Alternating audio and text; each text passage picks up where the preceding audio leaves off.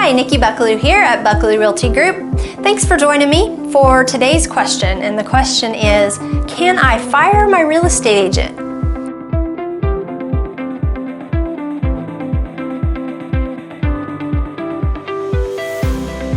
Well, that's a great question. Now, as a real estate agent of many years, I always hate that question because I'm wondering, is it me they want to fire? But here's the reality. When you sign a contract with someone, the main thing you have to look at is, what does that contract say?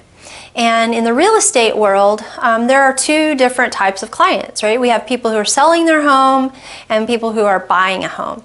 And almost everyone who's selling their home, we call those listers. The people who are listing a house, they sign a contract. It's called a listing agreement, and it's pretty detailed. It tells you what the realtor's job is, what the client's responsibilities are, and what you're agreeing to for compensation and the term of the contract. So it starts on a certain day and ends on a certain day. Now, the challenge with that particular contract is that unfortunately it's binding for that period of time as long as both parties are keeping their end of the bargain, right? So the question is, what is it about that agent that makes you want to dismiss them? So here are a few things that I hear from time to time.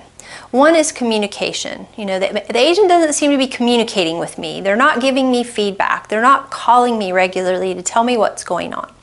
Or maybe they're saying that they're not advertising it like they should be. Here's what I think they should be doing, and they're not doing that.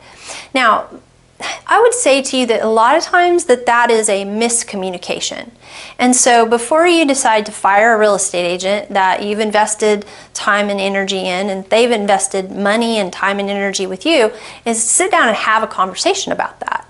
Let them know that these are your expectations and you're curious as to why these things aren't happening or are happening. And find out from that agent if there's something that can be done to remedy that. That's the first thing. And in any relationship, it's here, I don't feel like we're on the same page. Let's see if we can get there, right? Now, I mentioned buyers and sellers. So that's on the listing side, you have a contract. When you're purchasing a house, some real estate agents do ask you to sign a commitment with them, a contract, much like a home seller.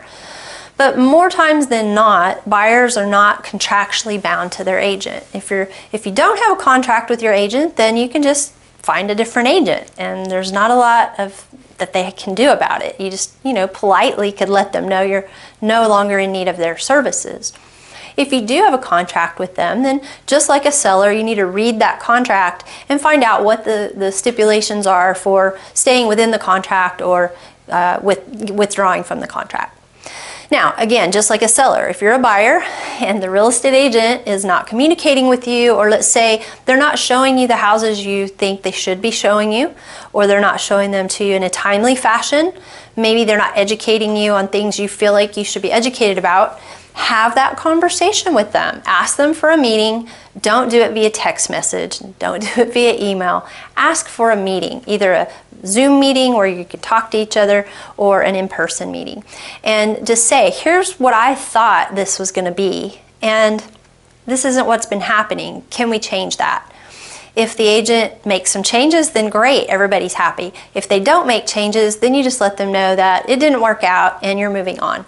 So that's one thing that you can do. Now, let me just back up 1 second and say that when you sign a listing agreement with an agent, you're really signing that agreement with the broker. Okay, the agent, unless they are the broker, are working with a brokerage. The brokerage is the one that gets to decide if they'll release you from a listing before the contract expires. So make sure that all the parties are involved in that conversation, and if the agent's not communicating with you, feel free to talk to the broker. I think that's an important thing that a lot of people don't understand.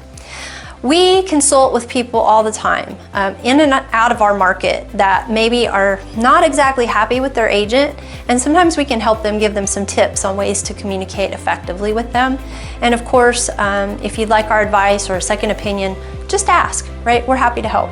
In the meantime, I'll see you on the next video. This is Nikki Buckelew at Buckelew Realty Group. Have a great day.